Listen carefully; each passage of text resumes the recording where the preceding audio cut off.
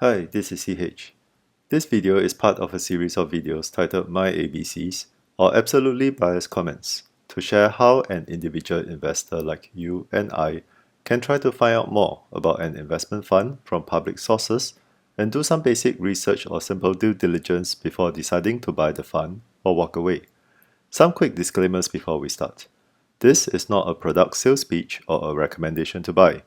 I'm not sponsored by anyone to do this video.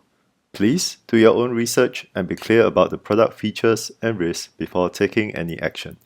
The information shown and mentioned in this video is accurate as of the date stated here. In this video, I will be talking about the Schroder Multi-Asset Revolution Fund series, which comprises a total of 4 funds. I am generally a skeptical person. When it comes to funds having complex or fluffy words in their names, I tend to take a second look to try to figure out whether they are a result of marketing genius or marketing nonsense.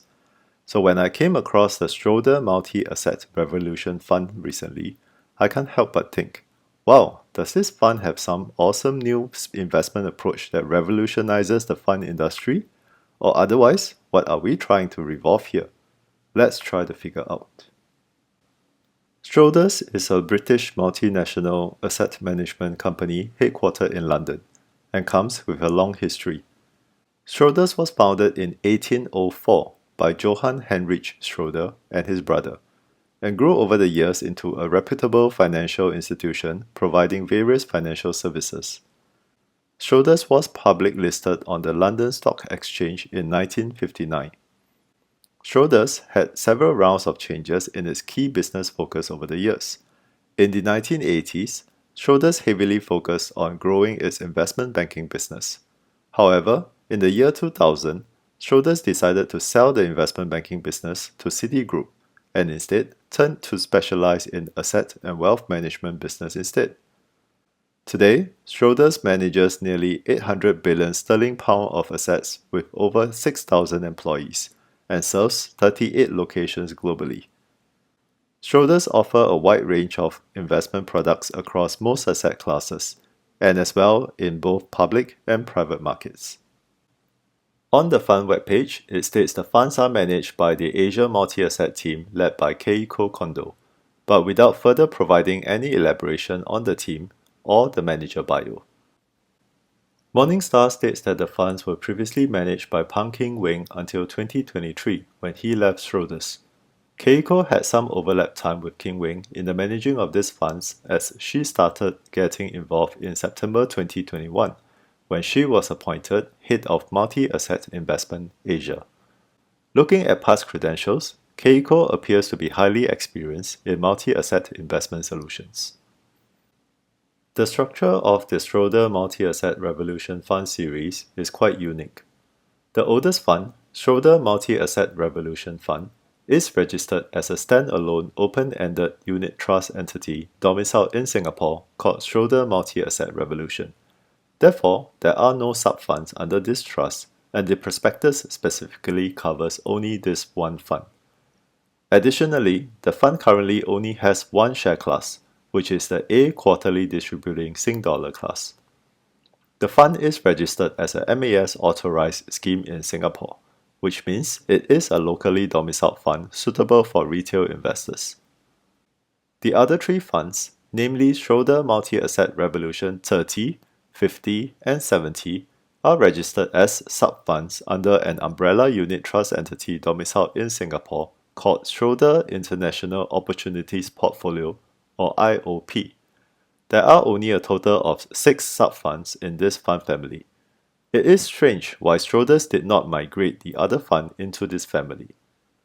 These 3 funds also only has one share class each, which is the A accumulation Sing Dollar class. It is again strange why these 3 funds have only accumulation class while the other fund has only distributing class. These funds are also registered as MAS authorized schemes in Singapore. So let's summarize what we have so far. There are a total of 4 funds under the Schroder Multi-Asset Revolution Fund series. The first one was incepted in 1998 but restructured in 2006 into a multi-asset fund. Looking at the benchmark, it adopts a 60% equities, 40% bonds asset allocation approach, covering global exposure. The indices used for the benchmark are MSCI World Net Returns Index to represent equities and FTSE World Global Bond Index to represent bonds. Only the bonds part is Sing dollar hedge. It is quite common in the mutual funds world to hedge currency exposures in bonds but not in equities. The other three funds were launched in 2011, and the numbers in the fund names indicate the intended equity exposure they each take on. For example, the Schroder Multi-Asset Revolution 30 Fund adopts a 30% equities, 70% bonds asset allocation approach, and so on. So this looks quite easy to understand for now. What we have here is a range of funds designed to have 4 different mix of equity versus bond allocations, depending on what investors might want to look for. All 4 funds are designed for Singapore retail investors.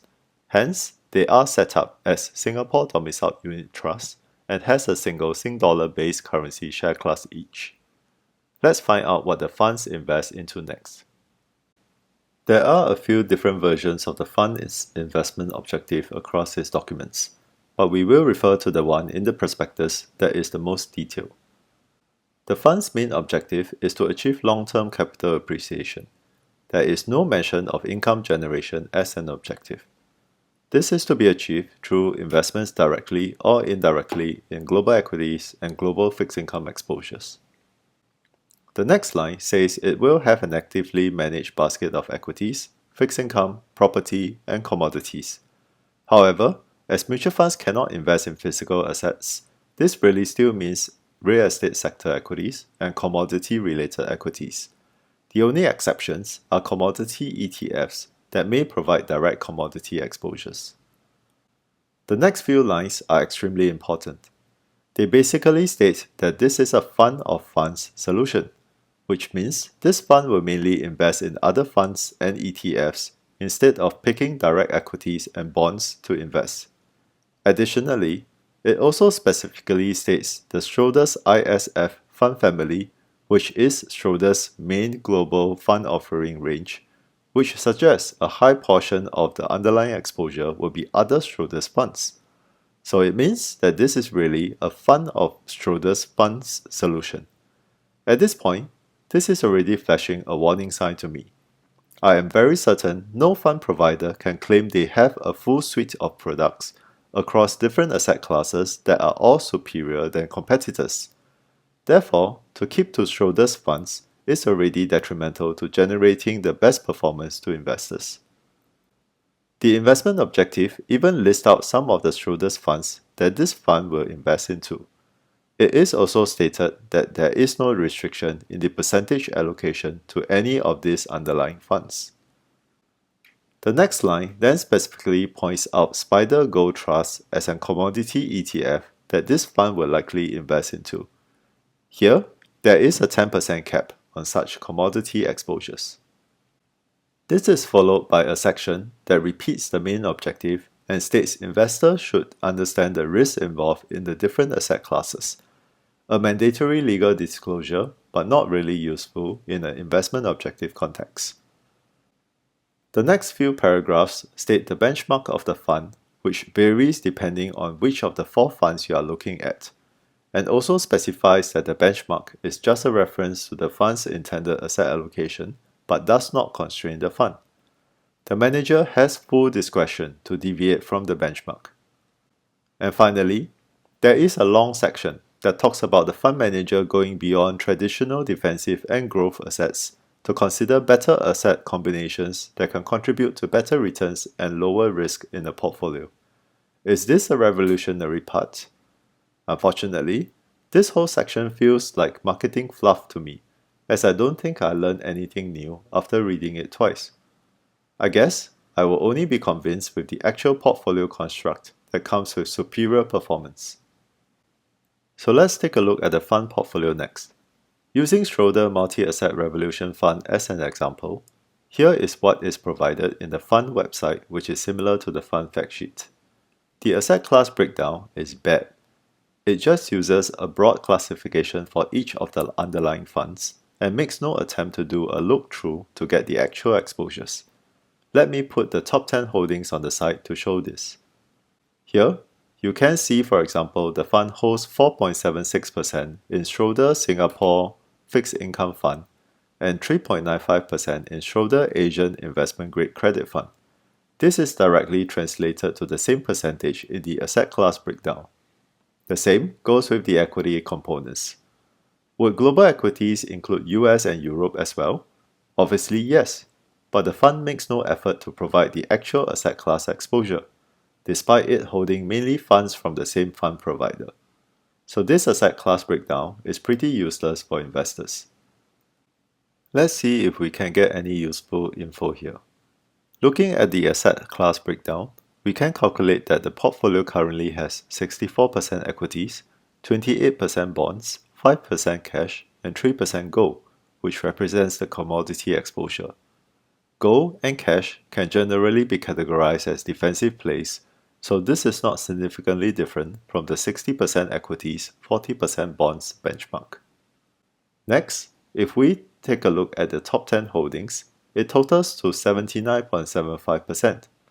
If we exclude the Euro Stoxx 50 index futures, that means the fund has at least 75% invested in various Schroders funds. The actual percentage is probably higher, but I don't have access to the full holdings here.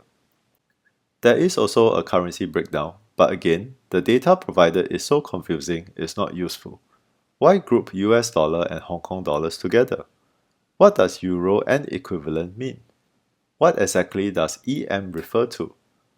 The only practical point I can gather here is that only 34.1% of the portfolio is in Sing dollar exposure.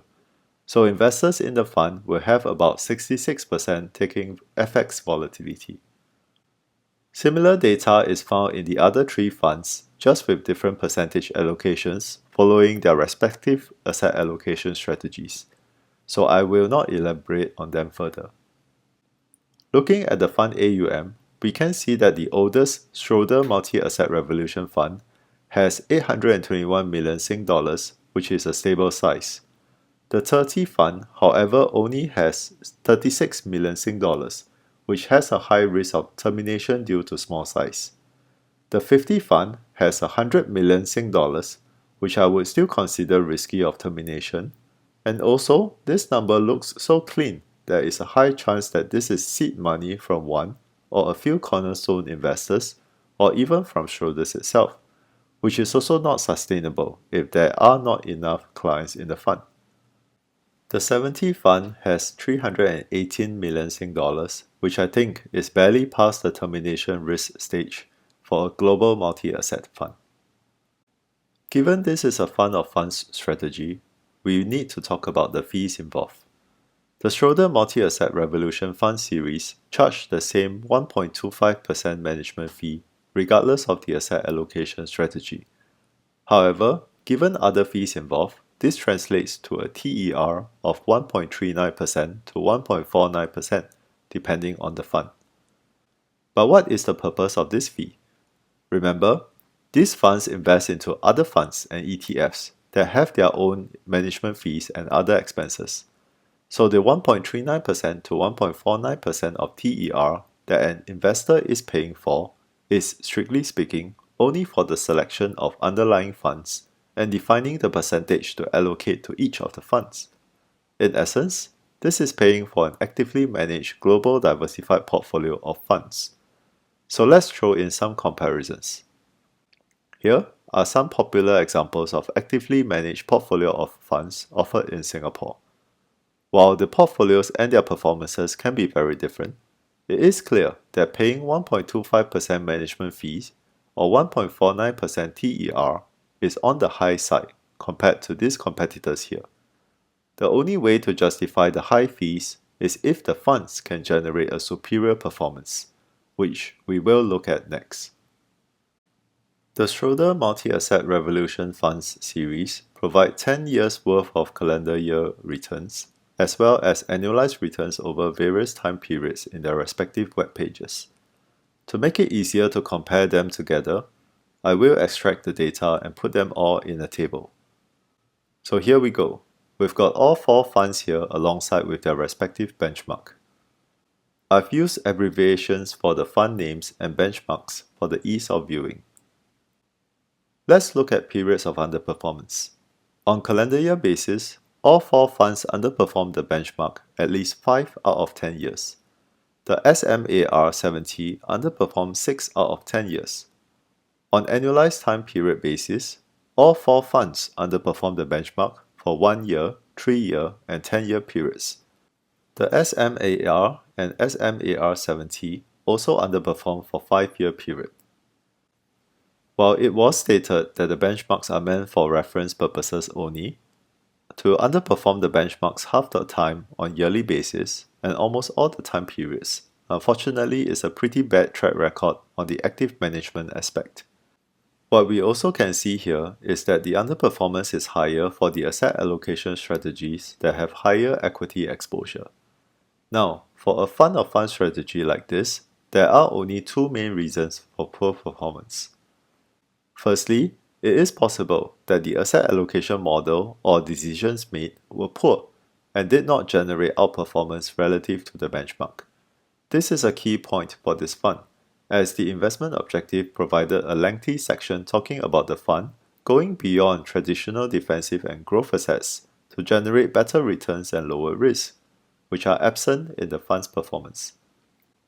Secondly, given these funds invest primarily in other Schroders funds, it can also be possible that some of these underlying funds have poor returns and thus lead to overall poor performance even if the asset allocation decisions were sound.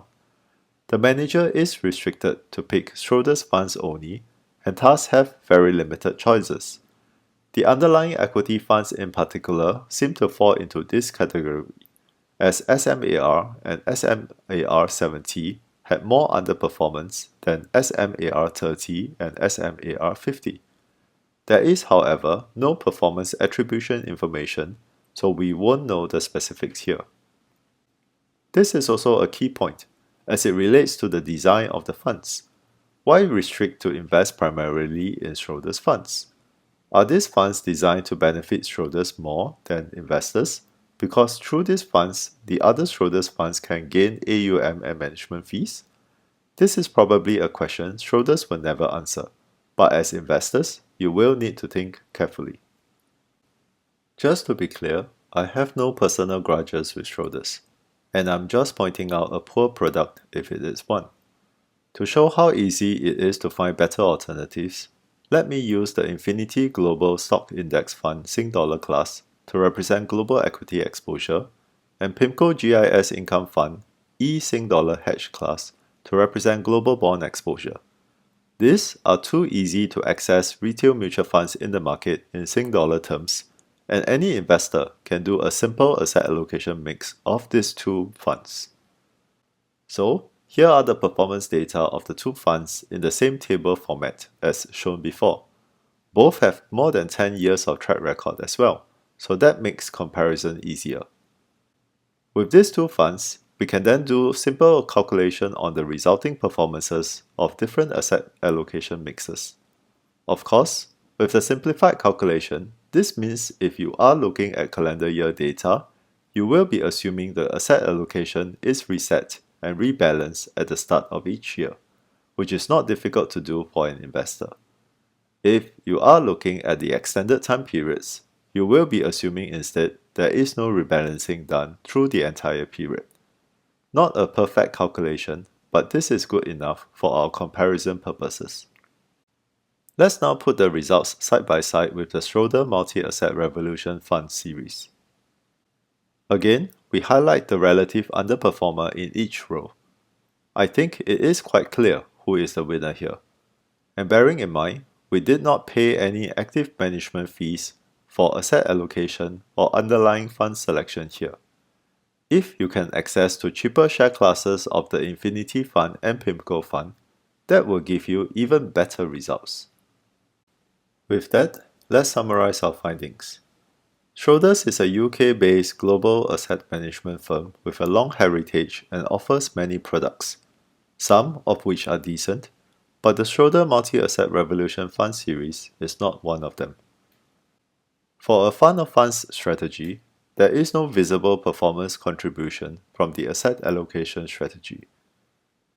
For a strategy designed to primarily invest in other Schroders funds, there is no visible performance contribution from the underlying funds. Additionally, restricting to primarily Schroders funds for underlying exposure is detrimental to investors, as it is definite that not all Schroders funds are best performers in their own categories. This feels like a product that benefits Schroders' product business more than investors. As shown, this strategy is easily replaceable with other funds available in the market and with a much simpler approach. Finally, where is the revolution? There is nothing revolutionary about the fund strategy or its performance. As such, I find absolutely no reason to invest in the Schroder Multi-Asset Revolution Funds series at all. This concludes my absolutely biased comments on the Schroder Multi-Asset Revolution Fund series. If you find this video useful and would like to see more related contents, please subscribe to the channel. Thank you and have a great day.